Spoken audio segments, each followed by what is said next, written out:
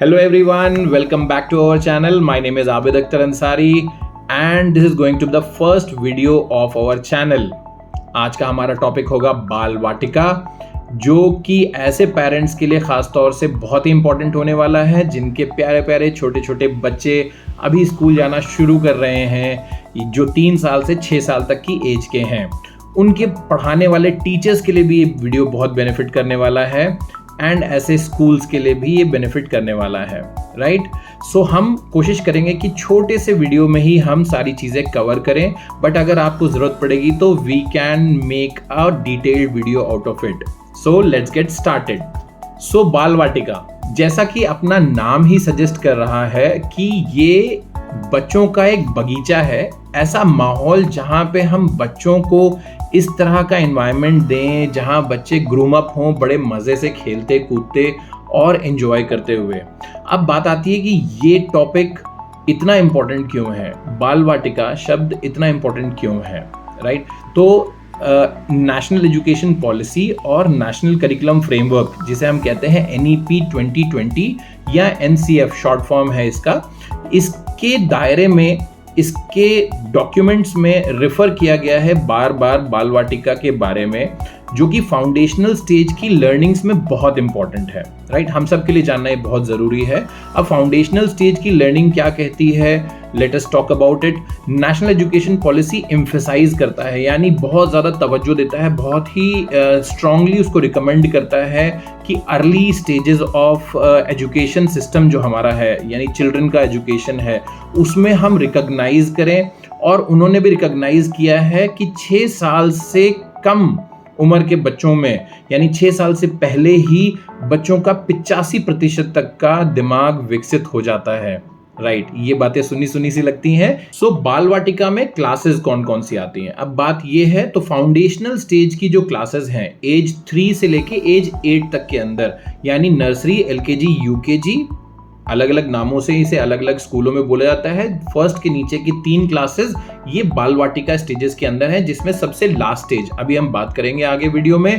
तो ये शुरुआती 3 साल जो बच्चों के प्री स्कूल हैं, प्लस 2 साल जो हमारी प्राइमरी एजुकेशन के हैं, ये 5 साल बहुत ही इंपॉर्टेंट है फाउंडेशनल स्टेजेस के। तो बाल वाटिका कहाँ आके रुकती है, कहाँ इसकी शुरुआत होती है, क्लास 1 के नीचे, राइट। तो नेशनल करिकुलम फ्रेमवर्क ने NEP 2020 के साथ मिलकर फोकस किया है कि इन क्लासेस में बहुत ही ज़्यादा प्ले बेस्ड एजुकेशन सिस्टम हो, एक्टिविटी बेस्ड लर्निंग हो, और यानी एक्टिविटी यानी बच्चा काम कर करके सीखे, खूब खेल के सीखे, राइट। और डिस्कवरी बेस यानी बच्चा खूब एक्सप्लोर करे, एक्सपीरियंस करे, अपने चारों तरफ के माहौल को एक्सपीरियंस करे, समझे कि उसमें क्या है और उसके हिसाब से डिस्कवर करे चीज़ों को जो वहाँ बताई जाती हैं।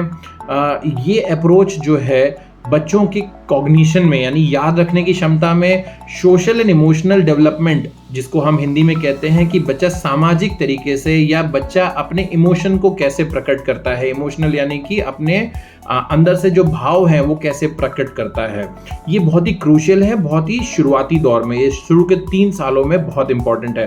तो पेरेंट्स प्लीज समझिएगा, ये 3 साल हमें बहुत ही इंपॉर्टेंटली पढ़ाने हैं अपने बच्चों को, राइट। और इनके ऊपर इन स्किल्स के ऊपर हमें फोकस करना है। अब जब बात आती है स्किल्स के बाद करिकुलम और पेडागोजी की, तो करिकुलम और पेडागोजी NEP के अंदर और NCF के अंदर किस तरह से दिया गया है।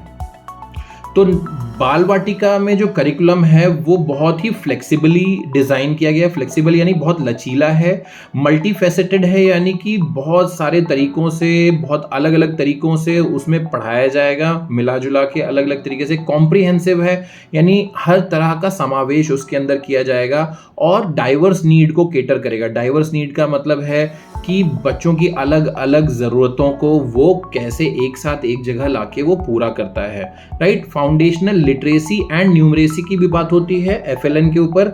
ये अपने आप में अलग से एक बहुत बड़ा टॉपिक है, हम इस पे अलग से कभी वीडियो बना के आप लोगों तक पहुंचाएंगे।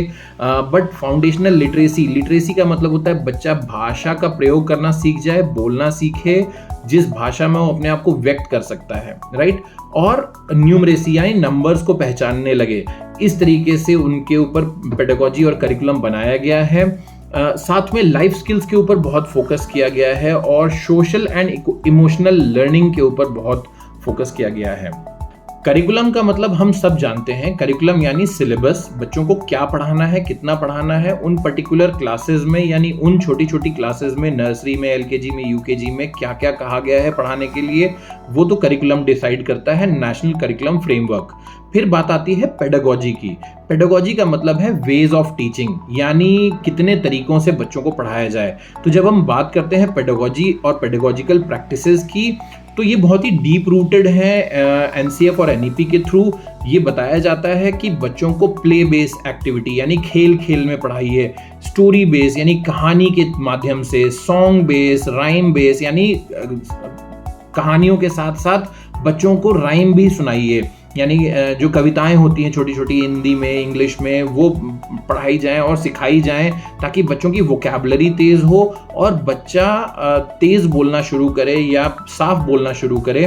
हैंड्स ऑन एक्टिविटीज बहुत इंपॉर्टेंट है बच्चों के लिए। जॉयफुल लर्निंग और क्रिएटिव लर्निंग बहुत होनी चाहिए, यानी बच्चा खुश माहौल में सीखे। इस प्ले बेस्ड लर्निंग से फायदे क्या होते हैं? फायदे हमें ये मिलते हैं कि हमारा बच्चा लैंग्वेज बहुत जल्दी डेवलप करता है, न्यूमरेसी में अच्छा होता है, लिटरेसी में अच्छा होता है, उसकी क्रिटिकल थिंकिंग बहुत स्ट्रांग हो जाती है और वो नेचुरली चीज़ों को सोचना और समझना और उन्हें कॉन्टेक्स्ट करना, कॉन्टेक्स्ट का मतलब है कॉम्प्रीहेंड करके और उन्हें समझ के आपस में चीज़ों को जोड़ के और बताने की शुरुआत करता है, जो कि बहुत ही इंपॉर्टेंट चीज़ है।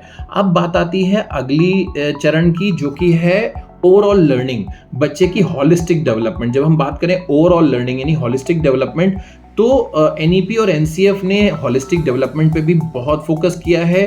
कहा है कि बच्चे के शारीरिक विकास के साथ साथ बौद्धिक विकास और लिंग्विस्टिक यानी कि बोलचाल की भाषा में, फिर सोशल एंड इमोशनल ग्रोथ भी बच्चे की बहुत होनी चाहिए, राइट। ये 3-4 ग्रोथ्स अलग अलग तरीके की बहुत ही इंपॉर्टेंट है। अब जो बाल वाटिका का जो इन्वायरमेंट है उसका स्ट्रक्चर कैसा प्रोवाइड किया गया है? बहुत ही बैलेंस तरीके का स्ट्रक्चर है ताकि उसमें अलग अलग तरह की एक्टिविटीज को प्रमोट किया जाए और ये ओवरऑल डेवलपमेंट में उसका साझेदारी प्रॉपर तरीके से जाए। सो रेगुलर असेसमेंट्स भी इसके लिए होने बहुत ज़रूरी हैं बच्चों के बाल वाटिका में, जो कि ज़्यादातर फॉर्मेटिव स्टाइल से होंगे, यानी लिखित नहीं होंगे, मौखिक या बच्चों की जानकारी के आधार पर उनसे ये असेसमेंट्स लिए जाएंगे। असेसमेंट्स का मतलब है उनको परखा जाएगा कि बच्चा क्या कर रहा है और कैसे कर रहा है, राइट। तो बच्चे का ऑब्जर्वेशन जो होगा, असेसमेंट, ऑब्जर्वेशनल असेसमेंट जो होगा वो, और बच्चों की पोर्टफोलियो तैयार की जाएगी, उनका ट्रैक रिकॉर्ड डेवलपमेंट का देखा जाएगा कि बच्चा किन किन चीज़ों में डेवलप कर रहा है, राइट। इसको हम कहते हैं holistic progress report card. Holistic progress report card NCF और एनईपी ने भी बहुत इंपॉर्टेंटली फोकस किया है कि ओवरऑल डेवलपमेंट के लिए जो जो चीज़ें ज़रूरत है, राइट, वो सब हॉलिस्टिक प्रोग्रेस रिपोर्ट कार्ड के थ्रू बच्चे की जज की जाएंगी। इसके लिए मैंने बायो में लिंक दिया हुआ है, आप वहां जाकर डिटेल में देख सकते हैं कि क्या क्या पैरामीटर्स हैं हॉलिस्टिक प्रोग्रेस रिपोर्ट कार्ड के, राइट। तो भाई वीडियो में अगर यहाँ तक पहुंच ही गए हैं तो जल्दी से लाइक कर दीजिए, सब्सक्राइब कर दीजिए और एक बेल का आइकन है उसको जल्दी से प्रेस कर दीजिए ताकि इस तरह के और बढ़िया बढ़िया वीडियोस आप तक फटाफट पहुंचते रहें। ओके, वीडियो में आगे बढ़ते हैं। तो बाल वाटिका कितना ज़्यादा इंक्लूसिव है बच्चों के लिए और कितना ज़्यादा एक्सेसिबल है? तो एनईपी और एनसीएफ में बार बार ये कहा गया है कि regardless of socio economic conditions या बैकग्राउंड्स के सारे बच्चों तक ये childhood education, early childhood education जो है वो पहुंचना चाहिए किसी भी तरीके से, राइट। और इसका टारगेट जो रखा गया है वो 2025 रखा गया है कि सारे बच्चे जल्दी से जल्दी 2025 से पहले जो भी बच्चे आ रहे हैं स्कूलिंग के लिए 3 साल की एज तक, वो इनरोल कर जाएं। इंफ्रास्ट्रक्चर कैसा होना चाहिए और टीचिंग मटेरियल कैसा होना चाहिए, बच्चों के लिए डिज़ाइन किया जाना चाहिए, बच्चों के हिसाब से डिज़ाइन किया जाना चाहिए, यानी कि बहुत ही चाइल्ड फ्रेंडली होना चाहिए, बहुत ही इंक्लूसिव, यानी बच्चों को समागम करे, समावेश करे बच्चों का, और इंश्योर करे कि बच्चा एक सेफ इन्वायरमेंट में, स्टिमुलेटिंग इन्वायरमेंट में, यानी जागरूक और प्रेरित इन्वायरमेंट में बच्चा आगे बढ़े, यानी उसे बार बार स्कूल आने का और पढ़ने का मन करे, राइट। अब बात आती है जो स्कूल में पढ़ाता है शिक्षक हमारा, यानी बहुत बड़ा इंपॉर्टेंट रोल प्ले करता है। सारे टीचर्स के लिए यहाँ से बहुत इंपॉर्टेंट बात शुरू होती है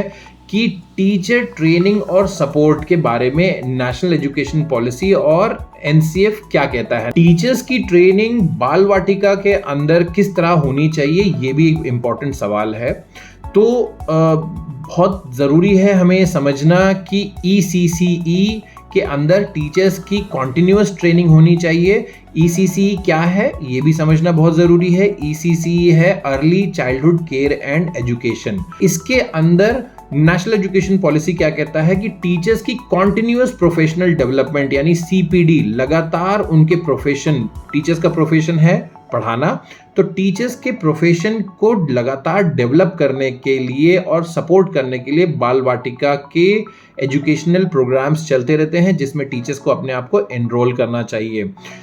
ये किस तरह के प्रोग्राम होंगे, जैसे चाइल्ड डेवलपमेंट थ्योरीज इसमें बताई जाएंगी, पेडागोजिकल स्ट्रैटेजीज बताई जाएंगी। पेडागोजिकल स्ट्रैटेजीज मतलब जैसे पेडागोजी के बारे में हमने आपको शुरू में बताया कि पेडागोजीज का मतलब होता है वेज ऑफ टीचिंग, तो बहुत ही इफेक्टिव वेज ऑफ टीचिंग के बारे में, उनकी स्ट्रैटेजीज के बारे में बताया जाएगा। क्लासरूम मैनेजमेंट के बारे में ट्रेनिंग होगी जो बहुत ही ज़रूरी है टीचर्स को इतने छोटे बच्चों को संभालने के लिए। और साथ में एजुकेशनल रिसोर्सेज जो हमने आपसे बात की, TLM टीचिंग लर्निंग मटेरियल्स, यानी कि एजुकेशनल रिसोर्सेज जो टीचर्स को चाहिए होते हैं पढ़ाने के लिए, उनकी भी जरूरत पड़ती है पूरे साल। दोस्तों वीडियो के इस पार्ट में हम डिस्कस करेंगे कि बाल वाटिका का इम्प्लीमेंटेशन कैसे होगा। क्लास 1 से पहले की जो 3 क्लासेस हैं वो बाल वाटिका के 3 डिफरेंट लेवल्स हैं। हमने डिस्कस किया था नर्सरी, LKG और UKG 3 डिफरेंट क्लासेस हैं। तो नर्सरी में जब बच्चा एडमिशन लेता है सबसे पहले साल, वो बच्चा 3 साल का होना चाहिए, 3 से 4 साल तक बच्चा वहां रहता है। उसके बाद वो LKG में एडमिशन लेता है, यानी कि 4 साल की एज पे बच्चा अगली क्लास में पहुंच जाना चाहिए। फिर उसके अगली क्लास में 5 साल की एज में बच्चा आगे बढ़ जाना चाहिए, लेवल 3 पे आना चाहिए बाल वाटिका के। जो एक्चुअल बाल वाटिका है क्लास 1 से पहले जो 1 साल है, यानी UKG की क्लास, वो एक्चुअल बाल वाटिका की हमारी क्लास मानी जाती है। लेकिन इसके 3 लेवल बताए गए हैं, कहीं कहीं पे 3 लेवल बताए हैं, कहीं पे आखिरी साल को एक्चुअल बाल वाटिका बताया गया है। मैं दोनों चीजें आपको बता रहा हूं। बात करते हैं कि ग्रेड 1 में जाने से पहले ये 3 क्लासेस पढ़ा रहे हैं, तो इन क्लासेस में लर्निंग एनवायरनमेंट कैसा होना चाहिए, यानी माहौल कैसा होना चाहिए क्लासरूम का। तो भाई इंडोर प्ले के साथ साथ आउटडोर प्ले भी बच्चे के लिए उतना ही इंपॉर्टेंट है, राइट। बच्चा जितना क्लासरूम के अंदर play based activity, art integration, subject integration, यानी 2 या 2 से ज्यादा सब्जेक्ट्स को मिला के आपस में समझे, कला के माध्यम से समझे। कलाएं बहुत सारे तरीके की होती हैं। कलाओं में मेन कलाएं जैसे बच्चों के लिए बेसिक लेवल की कला होती है ड्राइंग, राइट। इसी तरह से म्यूजिक, डांस, ड्रामा अभी उतना ही महत्व दिया गया है लर्निंग एनवायरनमेंट में। जब हम लर्निंग एनवायरनमेंट की बात करते हैं, यानी माहौल की बात करते हैं, तो केवल क्लासरूम का माहौल नहीं होना चाहिए, घर का माहौल यानी पेरेंट का इन्वॉल्वमेंट भी उतना ही कहा गया है। नेशनल एजुकेशन पॉलिसी में पेरेंट को भी एक मेजर स्टेक होल्डर कहा गया है एजुकेशन का। हम पेरेंट्स को भी ये समझना बहुत ज़रूरी है कि बच्चा घर में आने के बाद सिर्फ कॉपी किताब पे लिखता हुआ नजर ना आए, बल्कि खेल खेल के माहौल से उसे कहानी वाला माहौल जो क्लासरूम में मिल रहा है, स्टोरी लर्निंग के थ्रू, स्टोरी टेलिंग के थ्रू, बुक रीडिंग के थ्रू, प्ले बेस्ड एक्टिविटीज़ के थ्रू, या और भी अदर तरीके की एक्टिविटीज़ जो स्कूल में हो रही हैं, या हम पेरेंट्स को चाहिए कि हम बहुत सारी वर्कशॉप्स अटेंड करें, राइट। तो इस तरह की चीज़ों को ध्यान में रखते हुए नेशनल एजुकेशन पॉलिसी और नेशनल करिकुलम फ्रेमवर्क ने हमारे बाल वाटिका के बारे में इतनी सारी चीज़ें कही हैं। फ्रेंड्स, हम वीडियो के कंक्लूजन पे पहुंच रहे हैं। टू कंक्लूड द वीडियो, इसे एकत्रित करके अगर मैं बताऊं तो बहुत ही स्ट्रॉन्ग फाउंडेशन ले करने के लिए कहा है नेशनल एजुकेशन पॉलिसी ने और NCF ने, थ्रू दीज क्लासेस जो कि बाल वाटिका की क्लासेस हैं, जो कि बच्चे पे बहुत ज़्यादा इम्पैक्ट करती हैं। फाउंडेशनल में भी ये 3 क्लासेस हमारे बच्चों की पढ़ाई की इमारत को मजबूत करने के लिए ये 3 क्लासेस बहुत इंपॉर्टेंट हैं। So my dear friends, hope that you all like the video very much. Please do subscribe the channel, like it and share it with your good friends. Right, my dear friends? Take care, Janta. Bye. See you in the next video.